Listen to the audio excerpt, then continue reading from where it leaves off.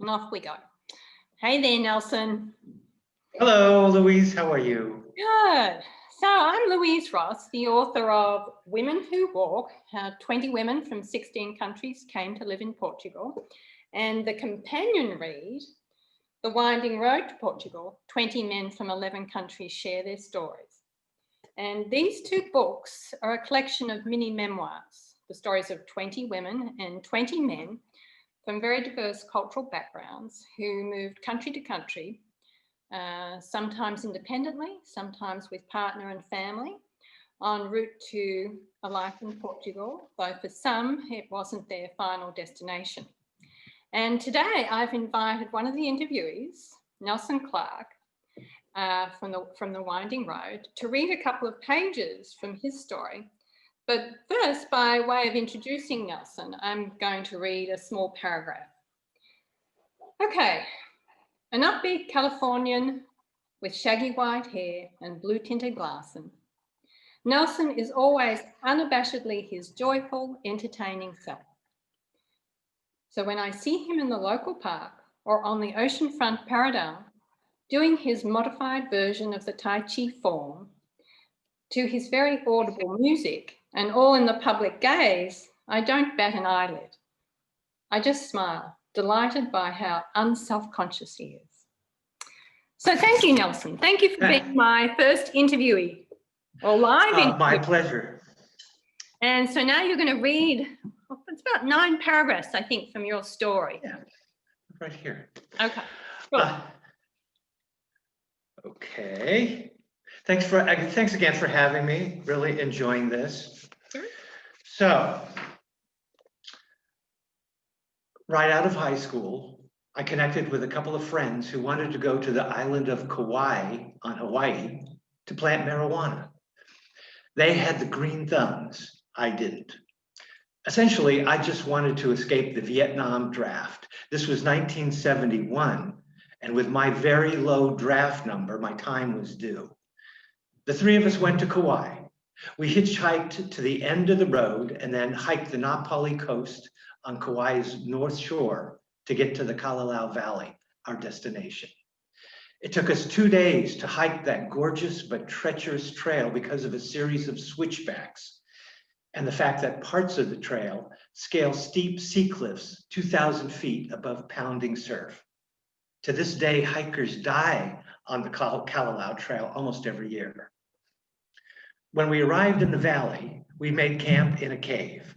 There was a small colony of people in the area, a French witch, a Buddhist monk, a guy who'd gone AWOL, absent without leave, from Vietnam. Very quickly, I recognized that I was not meant to live in the wild, especially not in a cave. I foraged for food all day, every day, was always hungry, near starving, and thought of nothing but cheeseburgers and mayonnaise. I lasted a couple of months before leaving, never having planted a single marijuana leaf or seed. The Vietnam War was still going when I returned to San Diego. Running out of options, I decided that if they called me up, I was going to figure out a way to be in the Army, but avoid going to Vietnam.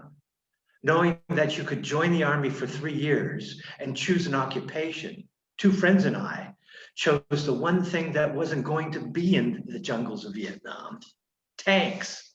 And tanks meant we'd be sent to Germany. We signed up at the Army Reception Station in Fort Ord, California, which doesn't exist anymore. There, our heads were shaved, shots were administered, uniforms distributed, and barracks assigned. 3 days later, a sergeant came into the barracks and pointed, you, and you. I was the last you. I would not see my friends again for over 40 years. Instead of being sent to Germany, I was sent to Fort Polk, Louisiana, where I went through basic training, after which I wound up at Fort Gordon, Georgia, to be trained as a military policeman, MP. In my new role as MP, it was crystal clear that either I was going to shoot somebody or somebody was going to shoot me. A disaster for everyone involved, especially me. I went to my sergeant, I said, I can't take this. I'm on drugs. It was a desperate move, but desperate times call for desperate measures. Immediately, I was removed from the company and isolated as a barracks orderly while they figured out what the heck to do with me. For several weeks, I had to submit to in-depth psychological treatments. Knowing exactly what kind of crazy they were looking for, I gave them a pretty good profile in an attempt to get out of doing something not in my nature. The psychologist's final analysis suggested that I had problems that meant that I could not actively serve. However, the assessment also proposed that the military was partly responsible for my condition, and therefore I could not be released until the Army deemed me fixed. Of course, once I was deemed fixed, they weren't going to release me. They knew that I was a little twitchy, but I wasn't crazy. It was a catch-22. My new job was for recreation services. My new title, party supervisor. I became the point man for platoons that, at the end of a week of hard training, came to the lake where I was stationed to let off some steam. After their weekend of fun, drinking and fighting, a 15-man detail would be sent out to clean up the mess, and I would supervise. But the party life got very boring very quickly. As it happened, the Army was holding auditions for a play they were producing, and though I'd never done anything like this, I went ahead and ran for a part and got the lead role. Great. Thank you. Thank you. Thank you. I love this part of your story. It's close to the beginning because there's something really humorous about it. I mean, that first part when you disappear to Hawaii it's really humorous the way you tell it.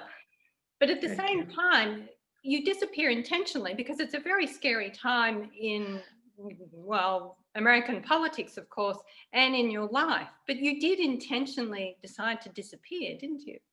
I did. We really thought, and I was 19 years old. I would honestly, I would not mature for many, many years later. So all of this stuff was kind of off the cuff and not really understanding what kind of consequences there were. I mean, if you think about it, just up and leaving everything. I didn't even tell my family that I was going to live in a cave in Hawaii. I just left with my friends and showed up, and then we did the big hike, and suddenly I'm in this cave, and I hadn't been camping in more than 2 or 3 times in my entire life, and suddenly it's survival of the fittest. Yeah. So yeah.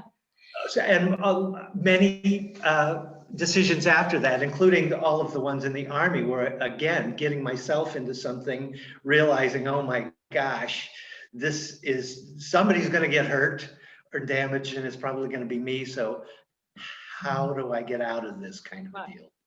And yet, how you get out of these situations you find yourself in, it's very creative. It's almost as though, I mean, was it intentionally creative, do you think, or do you think that that's just the nature of who you are?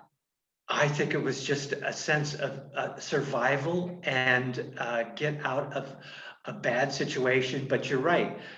Suddenly, any creative impetus that is part of my being began to pump very hard to try and figure out what to do. And I guess that also added to the element of me becoming an actor in the Army, because I would eventually stay for almost 9 years and be an actor in the United States Army. So and that's where you end reading the excerpt.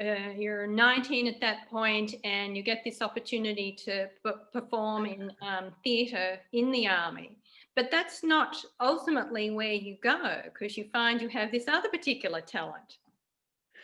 Which the playwriting? Yeah. Or what? Oh, okay. It led me there. That from acting on the stage, and as I've said before, it turns out that really I'm a terrible actor. I'm not a good actor. I'm too selfish, honestly. I want to hog the stage kind of a thing. But that was also an impetus that I wanted to be all of the characters.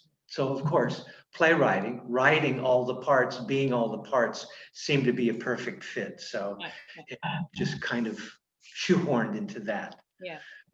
And fast forwarding through most of your life, and here you are in Portugal. And one of the things that I love about the evolution of your life journey is that now that you're here immersed in a life that you love, you've had more of your plays produced while you're living here, because you told me something that's sort of very Zen Buddhist, that you really detach from wanting them to be produced. Is that right? Did I get that right?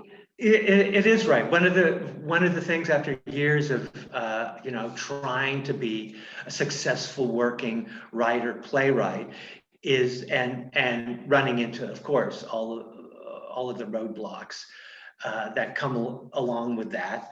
Chasing ambition, chasing fame, fortune, or whatever, is that you come to a point in your life and to where you say, is that what this is about? And once I gave up the ambitions of it and just focused on writing what was closest to my heart and what I wanted to do, then I had more success.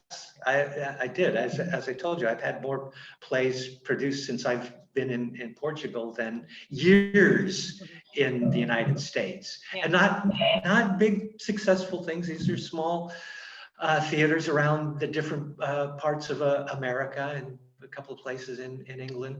But yeah, so it was one of those things of letting go, got farther than trying to attach. Yeah.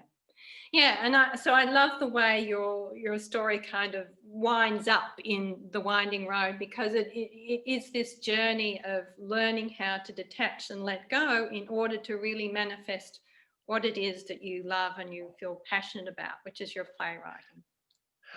That, but also even beyond that, and I've said this before, is that I've never been happier in my life than I have been in the 4 years that I've lived here in Portugal. And part of that is about letting go of things that were not important, ultimately in my life.